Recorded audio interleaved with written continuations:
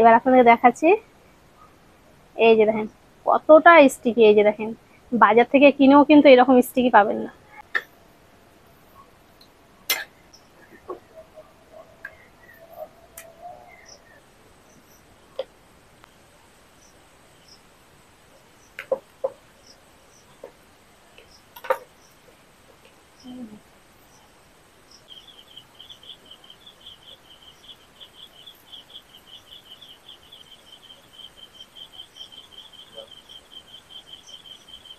এই যে দেখেন আমাদের অর্গানিক অনিয়ন হেয়ার অয়েল, আর এই তেলটা কিন্তু আমি নিজে হাতেই তৈরি করি। প্রচুর অর্ডার দিচ্ছে, অনেকেই নিচ্ছে, অনেকে কিন্তু ভালো রেজাল্ট পেয়েছে। এখন মেন সমস্যা কি বলেন তো, চুল উঠে যাচ্ছে। যেই চুলটা উঠে যাচ্ছে নতুন করে বের হবে, চুল কিন্তু আর উঠবে না নতুন করে। আর যাদের চুল এখন অল্প বয়সে সাদা হয়েছে, সাদা চুল কালো করবে, আর কালো চুলটা নতুন করে আর সাদা হবে না, ঘন কালো সিল্কি করবে, চুলের রুক্ষতা দূর করবে। যারা এই তেলটা নিতে চান তারা কিন্তু এই নাম্বারে আপনারা অর্ডার দিতে পারেন। চুলোটা ধরিয়ে আমি একটা কড়াই বসিয়ে দিয়েছি, আর এখানে আমি গরু দুধ নিয়েছি, আর এই দুধটা কিন্তু কাঁচা, চেষ্টা করবেন গরুর দুধ নেওয়ার।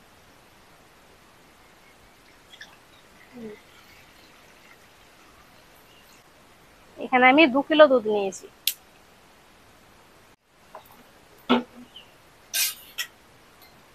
তো দুধটাকে আমি খুব বেশি ফুটাবো না, আবার 3 থেকে 4 মিনিট হালকা করে গরম করে নেব। খুব বেশি একটু গরম করা হয় সে তাহলে ছানা কেটে যাবে।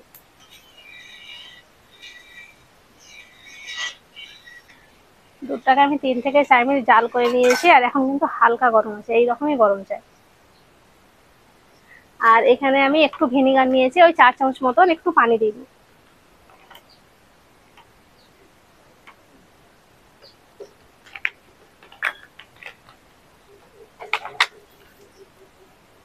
চুলোর জালটা কিন্তু এখন নিভিয়ে দিতে হবে, আর অল্প অল্প দিব এইভাবে, আর নাড়তে থাকবে।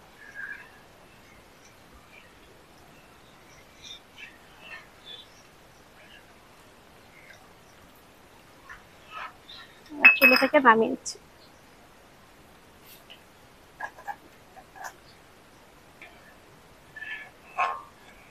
যে আস্তে আস্তে কাটতে শুরু করবে।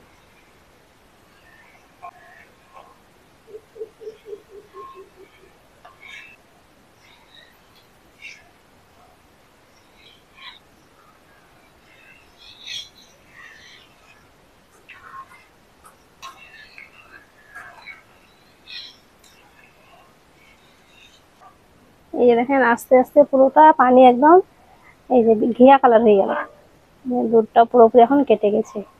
তবে আমরা যে মিষ্টির জন্য ছানা কাটি সেরকম হবে না, এটা একদম সফট হবে।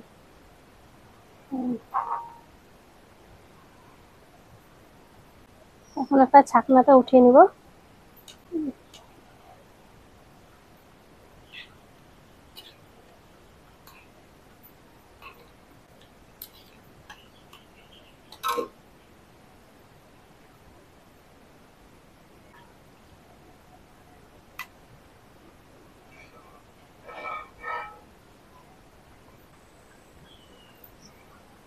ছানাটা আমি ফুটো থালাতে ঢেলে নিয়েছি, এটাতে সব বের হয়ে যাচ্ছিল তার জন্য।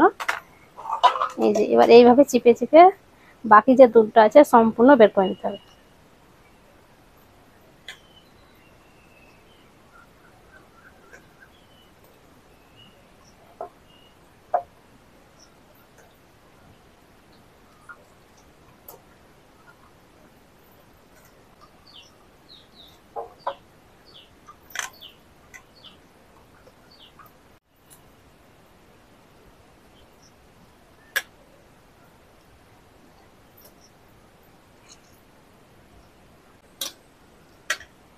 চিজটা কিন্তু এখন রেডি হয়ে গেছে, শুধুমাত্র একবার লবণ পানিতে একটু ফুটিয়ে নেবেন, তাহলে কিন্তু রেডি হয়ে যাবে। এই যে একটু নোনছা নোনছা হয়। চুলোতে আবার একটা আমি প্যান বসিয়ে দিয়েছি, এখানে যে আবার বাকি দুধটা আছে সেটাকে সম্পূর্ণ শুকিয়ে নিই।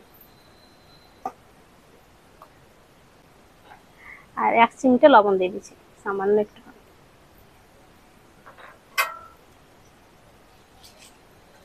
এই যে বাকি দুধটাকে একটু শুকিয়ে নিই।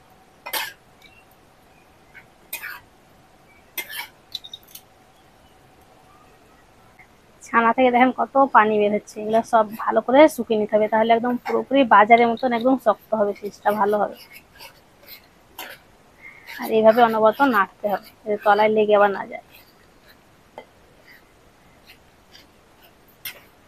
আর এখনই বুঝতে পারছেন যে কতটা দেখেন স্টিক। এই যে ভালো করে পানিটা শুকিয়ে নিন।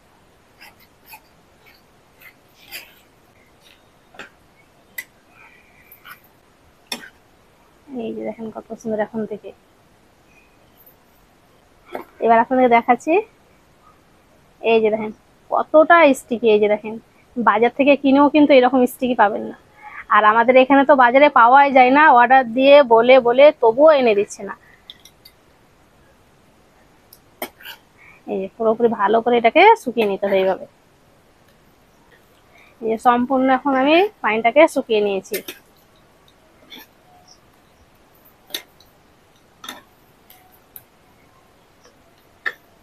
বাড়িতে যদি শুধুমাত্র দুটো উপকরণ থাকে তাহলে কিন্তু খুব সহজে চিজটা বানিয়ে নিতে পারবে। এবার একটা বাটিতে উঠিয়ে নিব।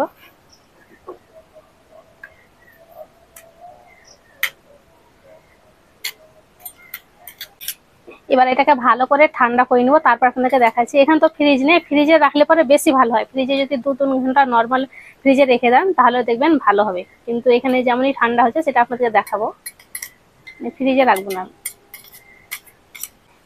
চিজটাকে আমি পানিতে বসিয়ে একটুখানি ঠান্ডা করে নিয়েছি, মানে পুরোপুরি এখনো ঠান্ডা হয়নি। ভালো করে ঠান্ডা করে নিলে বেশি ভালো।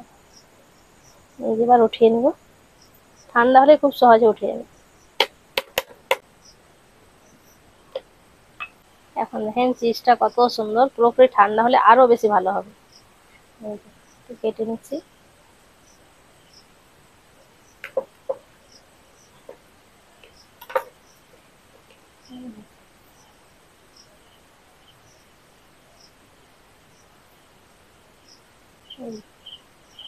এই চিজ যদি বাজারে কিনতে যান কত দাম নেবে, তাও পাওয়া যায় না।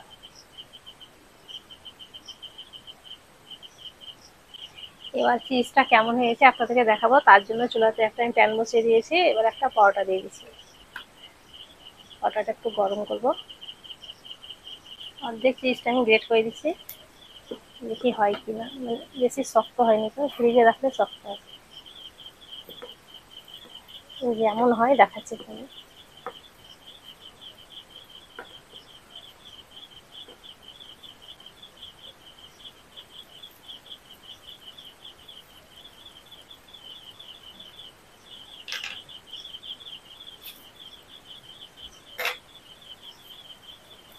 দিয়ে দিয়েছি, এবার এটা ভাঁজ করে দিচ্ছি।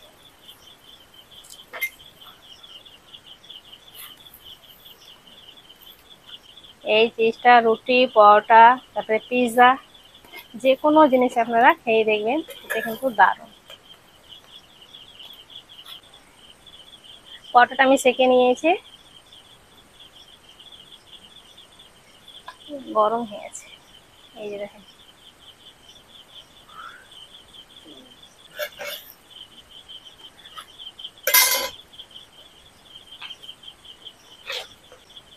এই যে দেখেন, এই যে দেখেন কত সুন্দর।